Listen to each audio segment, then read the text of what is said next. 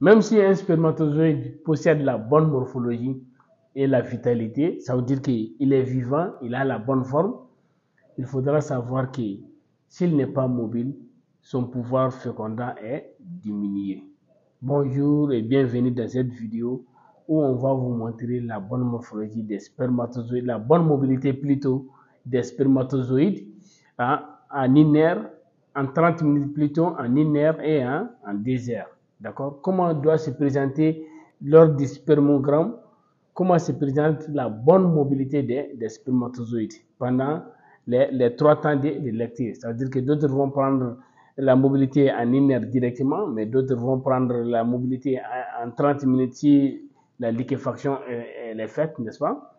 Alors, je vais vous montrer au cours de 3 temps comment se présente la bonne mobilité des spermatozoïdes. Parce que la mobilité des spermatozoïdes conditionne leur pouvoir fécondant. Même si le spermatozoïde est de forme normale et qu'il est vivant, s'il n'arrive pas à se mobiliser pour arriver au niveau du l'ovule et être mobile dans la glaire, vous allez voir que son pouvoir fécondant n'existe pas, n'est-ce pas? Pour ce faire, il faut toujours respecter les conditions de prélèvement pour les spermogrammes, les spermocystogrammes, n'est-ce pas? Et respecter les délais d'abstinence, n'est-ce pas?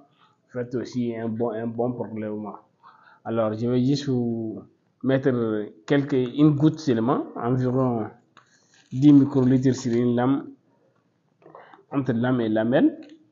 Nous allons observer au microscope comment se présente la mobilité.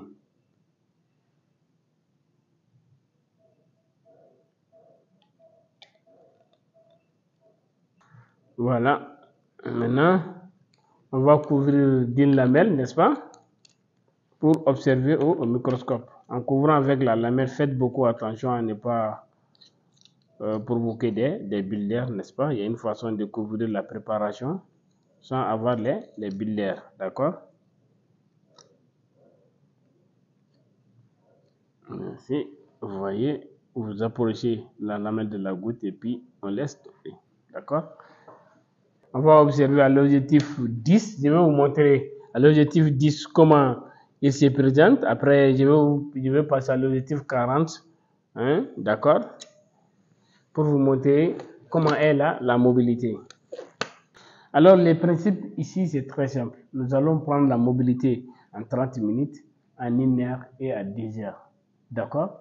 Il faudra savoir que ce qu'on compte ici, la mobilité est périphérique lorsque les A et les B sont les plus nombreux par rapport aux C et les D. Je vous explique, les A sont les mobiles rapides progressifs, hein? Les B sont les mobiles non progressifs, n'est-ce pas? Ils sont rapides, mais ils ne sont pas progressifs. Maintenant, les C, ce sont ceux qui sont mobiles sur place et les D, ce sont les immobiles. Alors, nous allons constater ici, réellement, vous allez voir que les A sont les plus nombreux, puis vient les B. Vous allez voir quelques rares C et quelques D. D'accord? Vous allez les voir au microscope ensemble ici, n'est-ce pas? On va commencer par l'objectif 10. Voilà, regardons. Voilà, l'objectif 10, c'est comment se présentent les spermatozoïdes. Vous pouvez remarquer qu'ils sont très petits, mais vous appréciez comment la mobilité est rapide, n'est-ce pas? Alors, il faudra savoir qu'on va passer à 40 pour pouvoir les grossir 400 fois encore, n'est-ce pas? Là, on peut apprécier les différentes catégories de mobilité des spermatozoïdes parce qu'on va les qualifier de A, B, C et D, n'est-ce pas? Les A, ce sont les rapides et progressifs et fléchantes, n'est-ce pas? Les B, c'est les rapides et moins fléchantes et moins progressifs, n'est-ce pas? Les C, c'est les spermatozoïdes qui vont bouger sur place, n'est-ce pas? Et les D, c'est les spermatozoïdes qui sont immobiles. Alors, on va passer à l'objectif 40 pour apprécier les différentes catégories de mobilité des spermatozoïdes.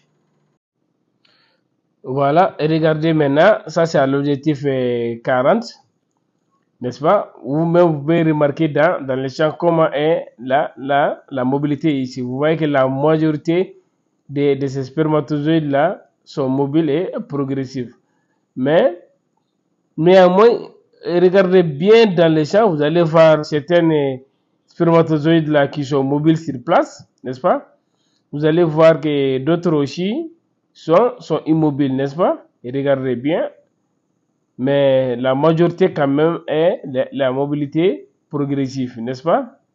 Voilà la mobilité à 30 minutes. Maintenant, on va attendre en 1 heure de temps pour faire une deuxième lecture. Alors, vous avez vu maintenant en 30 minutes comment est la mobilité. Alors, on va attendre encore maintenant en 1 heure de temps comment est encore la mobilité. Maintenant, en 1 heure de temps aussi, nous allons observer encore comment est la mobilité. D'accord? Voilà, nous allons observer ici aussi 10, 40 encore. Voilà, regardez dans les champs là, ici aussi, vous voyez, ça c'est la mobilité en 1 heure. Vous pouvez remarquer toujours les spermatozoïdes qui sont très mobiles et progressifs, n'est-ce pas? Il y a ceux qui sont mobiles, ils sont moins fléchants, n'est-ce pas?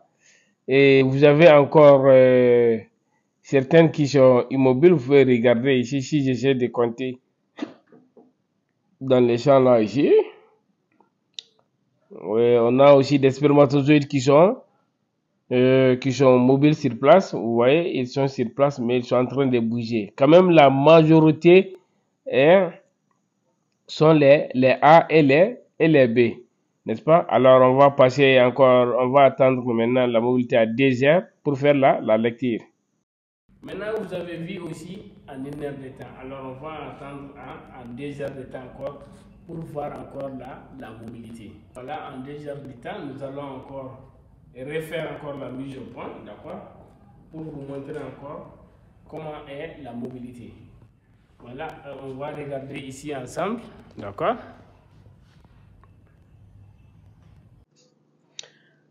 Voilà la mobilité en 2 heures de temps, vous remarquez encore. Mais ici, vous voyez dans les champs microscopiques, vous voyez, il y a d'autres qui commencent déjà à s'arrêter.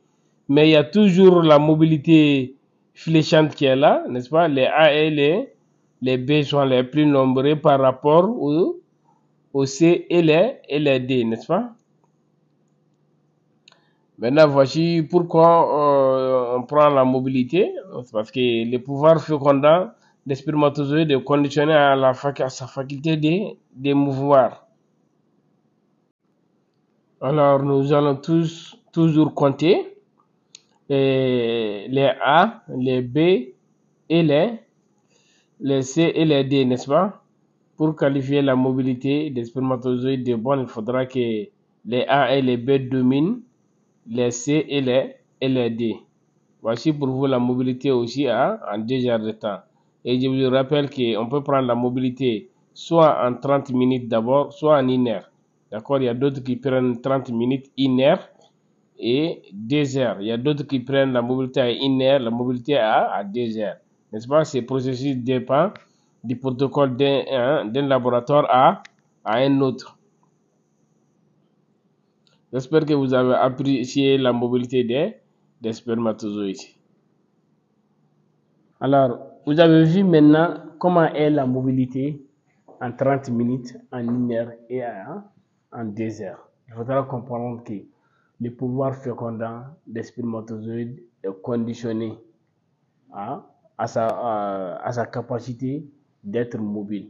D'accord? La mobilité qui est l'un des pouvoirs fécondants, on peut le garantir même à 70% si le spermatozoïde est vivant et qu'il a la bonne forme, il faudra qu'il soit mobile pour aller féconder l'ovule. Alors, s'il y a absence d'une bonne mobilité, on appelle ça la sténosospermie, qui est la diminution de la capacité du spermatozoïde à être mobile. D'accord? Alors, nous allons souhaiter à toutes les personnes qui veulent avoir des enfants que Dieu les donne la chance d'avoir leur propre progéniture. Je vous remercie.